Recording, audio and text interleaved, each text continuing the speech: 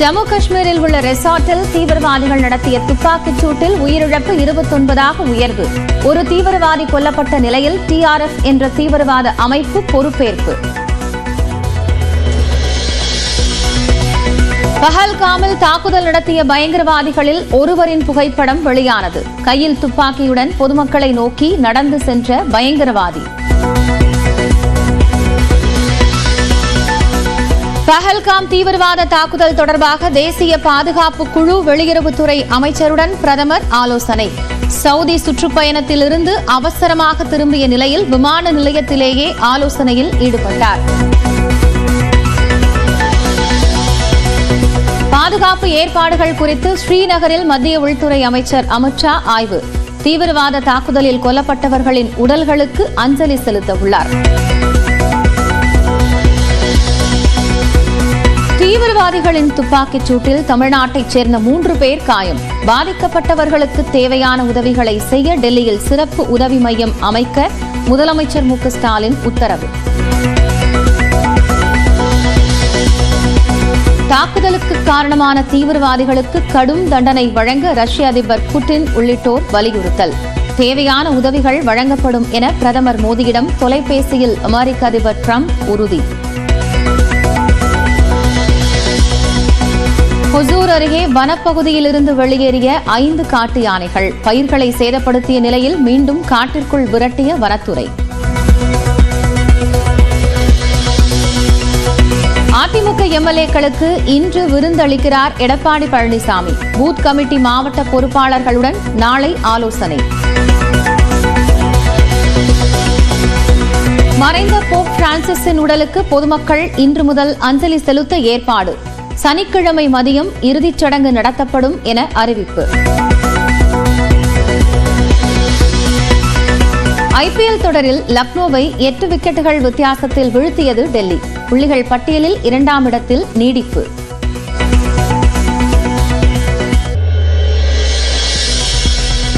ஜம்மு காஷ்மீரில் உள்ள ரெசார்ட்டில் தீவிரவாதிகள் நடத்திய துப்பாக்கிச் சூட்டில் உயிரிழப்பு 29 உயர்வு.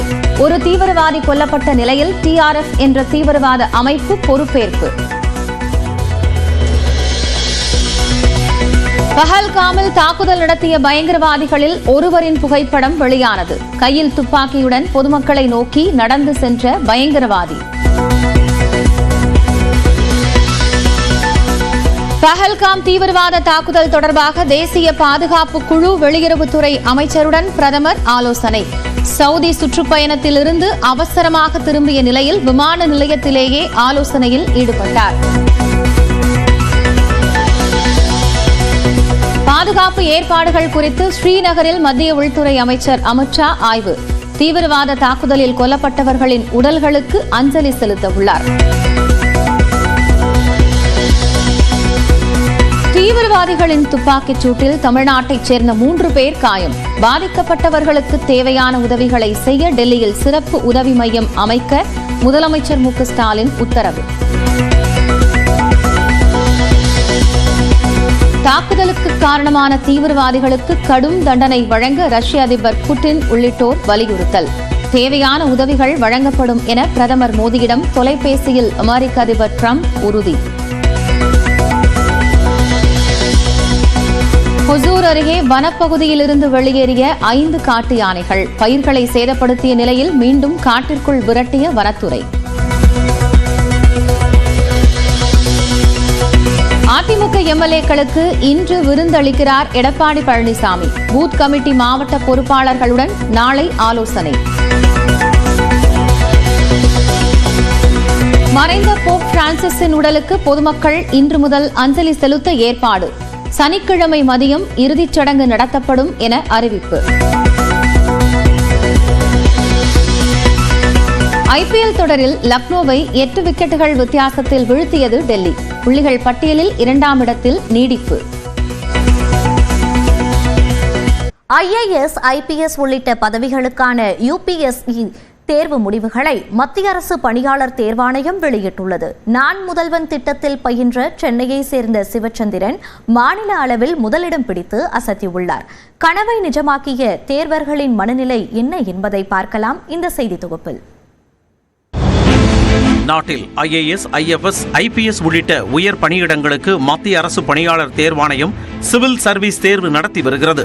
ஆண்டுக்கு ஒருமுறை நடைபெறும் இந்த தேர்வு முதல் நிலை, முதன்மை, நேர்முகத் தேர்வு என்ற 3 படிநிலைகளை கொண்டுள்ளது.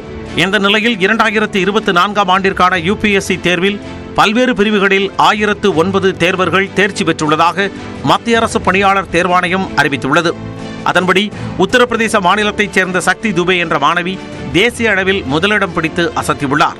தமிழ்நாட்டில் முதல்வரின் கனவு திட்டமான நான் முதல்வன் திட்டத்தில் படித்த சென்னையைச் சேர்ந்த சிவச்சந்திரன் தேசிய அளவில் 23வது இடமும் மாநில அளவில் முதலிடமும் பிடித்து சாதித்துள்ளார். ஹாப்பியா இருக்கு. ஃபர்ஸ்ட்லி வந்துட்டு நான் எல்லாருக்கும் தேங்க்ஸ் சொல்லிக்க விரும்புறேன். அதாவது இந்த 5 years ஜேர்னி இது 5th attempt எனக்கு. ஸோ இது வந்து சிங்கிள் பர்சனோட சக்ஸஸ்ன்னு சொல்றத விட நிறைய பேர் என்னை சுற்றி இருக்கவங்க இன்புட்ஸ் கொடுத்தாங்க, எனக்காக சாக்ரிஃபைசஸ் இருந்தது. நான் முதல்வன் ஆகட்டும், இல்லை எனக்கு கோச்சிங் கொடுத்த நிறைய இன்டர்வியூ கோச்சிங் கொடுத்த கோச்சிங் இன்ஸ்டியூட்ஸ் ஆர் என்னோட ஸ்கூல் DAV ஆகட்டும், எல்லாரும் எனக்கு ஹெல்ப்ஃபுல்லாக இருந்தாங்க. இந்நிலையில் நான் முதல்வன் திட்டத்தில் பயிற்சி பெற்ற மாணவர் UPSC தேர்வில் தமிழ்நாட்டு தரவரிசையில் முதல்வனாகி இருப்பது மகிழ்ச்சி அளிப்பதாக முதலமைச்சர் MK ஸ்டாலின் தெரிவித்துள்ளார். ஏது மகிழ்ச்சி என்ற தலைப்பில் தனது எக்ஸ் பக்கத்தில் பதிவிட்டுள்ள அவர், பல்லாயிரக்கணக்கான மாணவர்களின் திறன்களை மேம்படுத்தும் நான் முதல்வன் திட்டம் வருங்காலங்களில் லட்சக்கணக்கானோரின் வாழ்வில் ஒளியேற்றிடும் என்ற நம்பிக்கையே தனது மகிழ்ச்சி என குறிப்பிட்டுள்ளார். ஒட்டுமொத்தமாக தமிழ்நாட்டில் 60 தேர்வர்கள் UPSC தேர்வில் தேர்ச்சி பெற்று அசத்தியுள்ளனர். கடந்த ஆண்டு 45 தேர்வர்கள் மட்டுமே சிவில் சர்வீஸ் தேர்வில் தேர்ச்சி பெற்றிருந்த நிலையில் நடப்பாண்டு தேர்ச்சி விகிதத்தை கணிசமாக அதிகரிக்க முக்கிய காரணமாக இருந்திருக்கிறது நான் முதல்வன் திட்டம். நான் முதல்வன் அப்படிங்கறது வந்து கவர்மெண்டினால தொடங்கப்பட்டு அதுக்கு ஃபினான்ஷியலாகவும் அகடமிக்கலாகவும் கொடுக்குற சப்போர்ட் தான். ஃபினான்ஷியல் சப்போர்ட்டை மொத்தமாக கவர்மெண்ட்டே வந்து செய்யறாங்க. அகடமிக் சப்போர்ட்டுக்கு மிக தேர்ச்சி பெற்ற அந்த ஃபேக்கல்டிஸ் அண்ட் எவாலுவேட்டர்ஸை வச்சு அவங்க அணுகி அந்த சர்வீசஸை அவங்களுக்கு அவைல் பண்ணி கொடுக்கறாங்க. நான் முதல்வன் திட்டம் மூலம் பயிற்சி பெற்று 134 பேர் நேர்முக தேர்வு வரை சென்றுள்ளனர். அதில் 50 பேர் தேர்ச்சி பெற்று தங்களுக்கான வாய்ப்பை வசப்படுத்தியுள்ளனர். அவர்களில் 18 பேர் நான் முதல்வன் திட்டத்தில் முழு நேர உறைவிட பயிற்சி மேற்கொண்டவர்கள். இதனிடையே 6வது படிக்கும் போதே ஆட்சியர் கனவு பற்றிக் கொண்டதாக கூறுகிறார் UPSC தேர்வில் வெற்றி பெற்ற கவிஞர் வெண்ணிலாவின் மகள் கவின்மொழி. இந்த இன்ஸ்பிரேஷன்ற ஒரு பாயிண்ட் வந்து நான் கரெக்டாக 6th படிக்கிறதுலேருந்து ஆரம்பிச்சது. அந்த டைமில் வந்து எங்கள் டிஸ்ட்ரிக்ட் கலெக்டராக இருந்தவங்க வந்து doctor M. Rajendran IAS. So அவரை வந்து நான் ஃபஸ்ட் டைம் வந்து நான் 6th படிக்கும் போதுலேருந்து தான் பார்த்தேன்.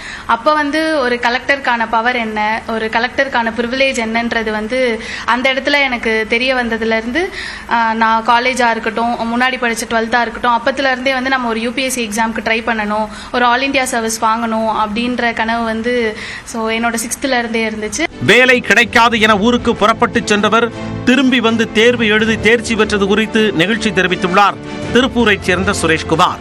அந்த 2வது அட்டம்ப்டில் வந்து ரொம்ப ஒரு டஃப்பான பேப்பர். ஸோ நான் என்ன முடிவு பண்ணிட்டேன், எக்ஸாம் எழுதினதுக்கு அப்புறமே சரி கிளியர் ஆகாது அப்படின்னு மொத்தமாக ஊருக்கு போயிட்டு என்னுடைய அந்த கல்லூரி நண்பர்கள் கிட்ட திரும்ப பேச ஆரம்பித்து அதற்கான தகுந்த கோர்ஸ் எல்லாம் படித்து ஜாயின் பண்ணிட்டேன். சரி ஒரு கம்பெனிக்கு போயிடுவோம் அப்படின்ட்டு திடீர்னு எங்கேயோ உதித்த ஒரு லக், அதாவது ஒரு அதிசயமாக வந்து எனக்கு ப்ரிலிம்ஸ் வந்து கிளியர் ஆனது. அந்த அட்டம்ப்டில் திரும்பி என்னைய அதாவது ஆல்மோஸ்ட் வெளியே போன ஒருவனை உள்ளே இழுத்து கொண்டு வந்த மாதிரி இருந்துச்சு அந்த ஒரு நிகழ்வு. ஸோ அதன் பிறகு அந்த 2வது அட்டம்ப்டில் இன்டர்வியூ வரைக்கும் போனேன். 3வது அட்டம்ப்டில் ஒரு ரேங்க் எடுத்திருக்கேன். முதல் முயற்சியிலேயே தேர்ச்சி பெற்றதோடு மாநில அளவில் 5வது இடம் பிடித்து சாதித்துள்ளார் ராமநாதபுரத்தைச் சேர்ந்த ஸ்ரீ ருசத். ரொம்ப சந்தோஷமா இருக்கு. ஃபர்ஸ்ட் அட்டம்ப்ட்ல வந்து ஆல் இண்டியா ரேங்க் 52 வந்ததுக்கு எனக்கு அம்மா அப்பாவோட சப்போர்ட் ரொம்ப இருந்தனால ஆக்சுவலி என்னால ஃபைனான்ஸ் பத்தி கவலைப்படாம படிக்க முடிஞ்சது.